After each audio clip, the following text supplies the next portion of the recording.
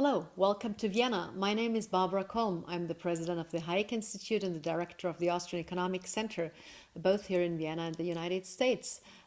We bring back the Austrians not only to Austria, but to the world. So what I would like to discuss with you in the next couple of minutes is what is the Austrian School about? By who was it founded?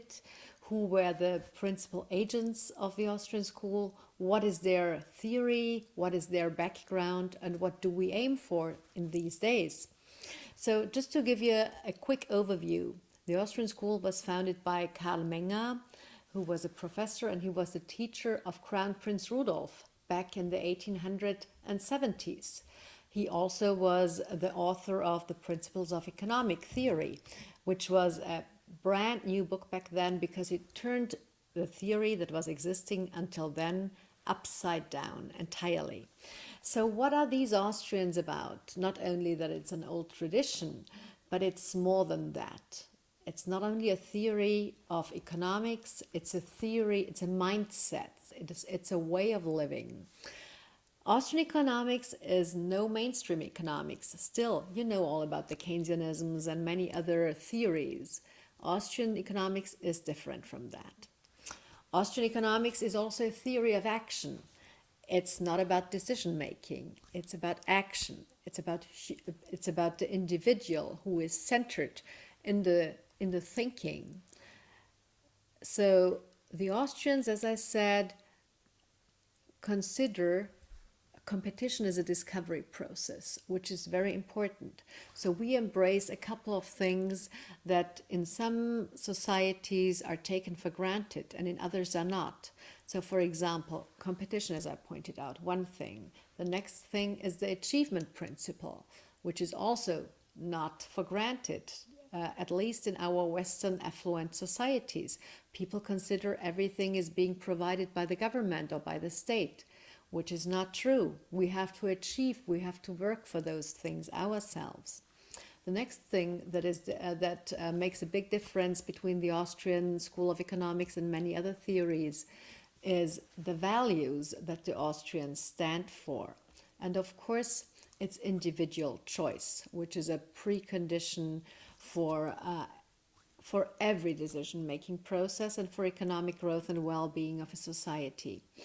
And last but not least, self-responsibility. Self-responsibility is a precondition also for a working or for a society that is working and that is growing.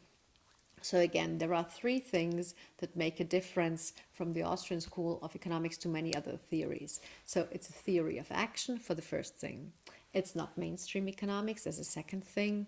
And of course, it's about the creation of knowledge in society. And talking about creation of knowledge in society, there is one outstanding representative of the Austrian school. Of course, he's an Austrian by birth. It's Fritz Hayek, or Friedrich von Hayek, who was born in 1899 in Vienna and unfortunately left Austria in the early 30s of the last century to move to London, where he was teaching at the London School of Economics. And from there, his career path took him to Chicago. And later in the 60s, he returned to Europe, actually then to Freiburg in Germany. And then a couple of years he was teaching in Salzburg. And during this time, in 1974, he was awarded the Nobel Prize of Economics, and for his groundbreaking work on the creation of knowledge in society, as I pointed out. But of course, there were many other representatives of the Austrian school as well. So I'll give you a brief history of the Austrians, as we call them here in Austria. As I said already, the founder was Karl Menger, and he was actually the one who was influencing the most. He was the founder. The next generation of the Austrians were Friedrich von Wieser and, of course, Eugen von Böhm-Bawerk, who was twice Federal Minister of Finance in Austria during the Austro-Hungarian Empire. He was the one who was fighting against inflation for the first time in Austria and also against sovereign debt. And of course, the rise of taxes. You have to imagine back then the taxes in the Austrian Empire were between 7 and 10% on income. I mean, this is nothing in comparison to what we see these days in Western Europe with marginal tax rates close to 50% and in some places even more. So he was also already a defender of limited government and of more individual freedom and of more entrepreneurship. And talking about entrepreneurship, there is the second generation of Austrians. One of them represented is Schumpeter, known for the theory of creative destruction. He claimed that, of course, you have to destroy something or before something new can be created. We all know that the creation of knowledge, as Hayek determined it, is done by individuals. So the individuals detect something and elaborate on these things. Schumpeter coming in from the other side, claiming that the entrepreneur is the one who can make the changes, who knows exactly what the market demands. It's not the economist who, in theory, can determine things. No, no, no. It's the entrepreneur who knows exactly what is needed. And talking about the second generation of the Austrians, there is one individual who is best known all around the world for his defense, or actually his work against socialism. And he already predicted that communism would not work in the 1920s of the last millennium. So this name, of course, is Ludwig von Mises. Mises was the teacher of Hayek and of the next generation of the Austrians. He already had this famous Mises Circle, which was nothing else but a discussion group after work where philosophers, lawmakers, economists met to discuss the current ideas, what was going on in the world. And this group actually determined a lot of new economic theory. So the third generation of the Austrian school, starting with Friedrich von Hayek, was also well known for their theory on the concept of society, on how competition changes the world, and of course the business cycle theory, which Hayek and Mises worked together in the 1920s of the last millennium. Again, the Austrian school is no equilibrium theory. It doesn't have models. That's a big difference to many other schools of economics. It's not about specific forecasts, which is also very important, because the Austrians considered that there is no such thing as full information. Even in times of Blackberries and iPhones and iPads and Google and Wikipedia and everything, there is no such thing as full information, which is very important. You can never determine under the XYZ what will be the results of something. This is also important, and we have seen this with the recent crisis. There are always booms and busts, and this is what the Austrian economic theory is about as well. Where are the roots of the Austrians? We did not talk about that. So the roots of the Austrians were not only in the Scottish Enlightenment, but they were also at the Spanish scholastics. So it's a long theory, and this comes back to the values that they represent. What are the key elements?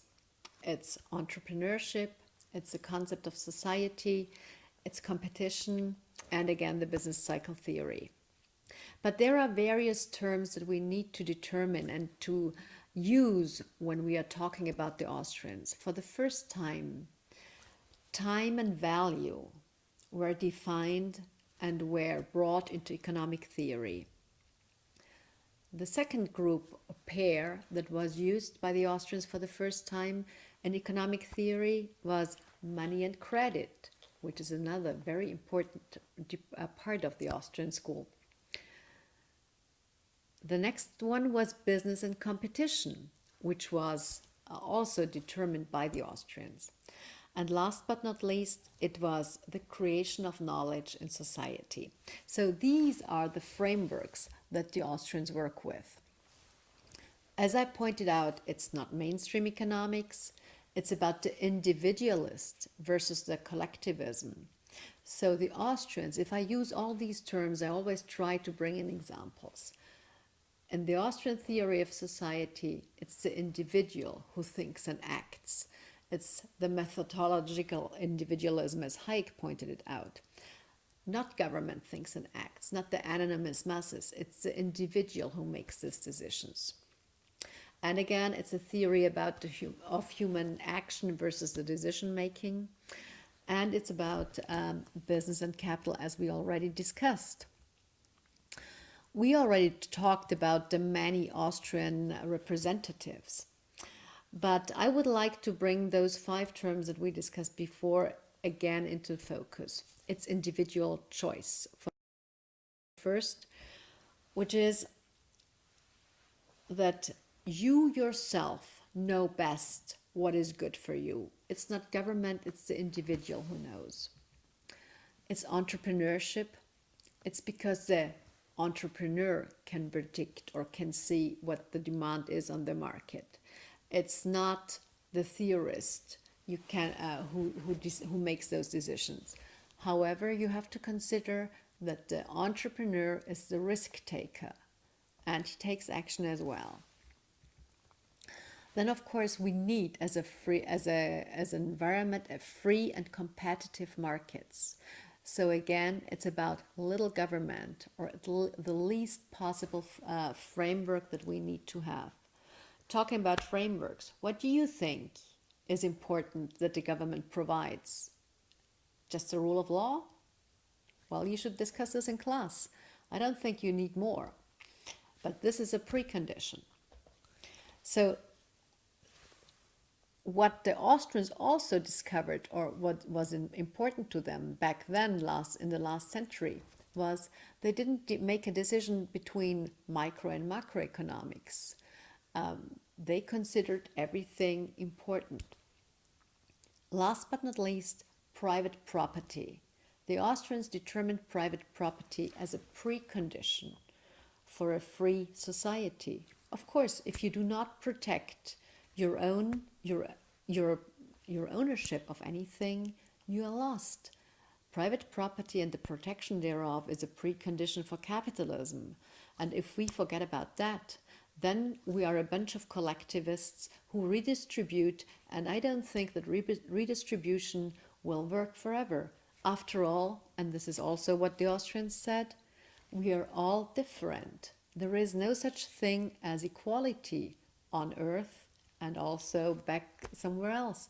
So to provide the same the same framework, and to provide the same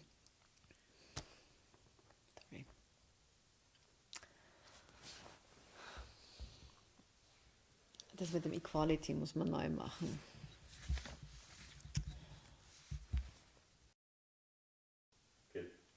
There is no such thing as equality as the Austrians determined it. You have to provide the same access and equal access for everybody. But luckily, we are all different, and we have different talents. This means also that, the one-size-fits-all policies that governments provide do not work. Just to sum up, again, the Austrian school is not mainstream economics, but it's more than a philosophy. It's a way of life. It's about the achievement principle. It's about competition. It's about entrepreneurship. It's about the functioning of a price system. It's about little or less influence by government. It's about little governments. And most importantly, it's about self-responsibility. Thank you. And I do look forward to seeing you back in Vienna, here at this beautiful city where the roots of the Austrians are.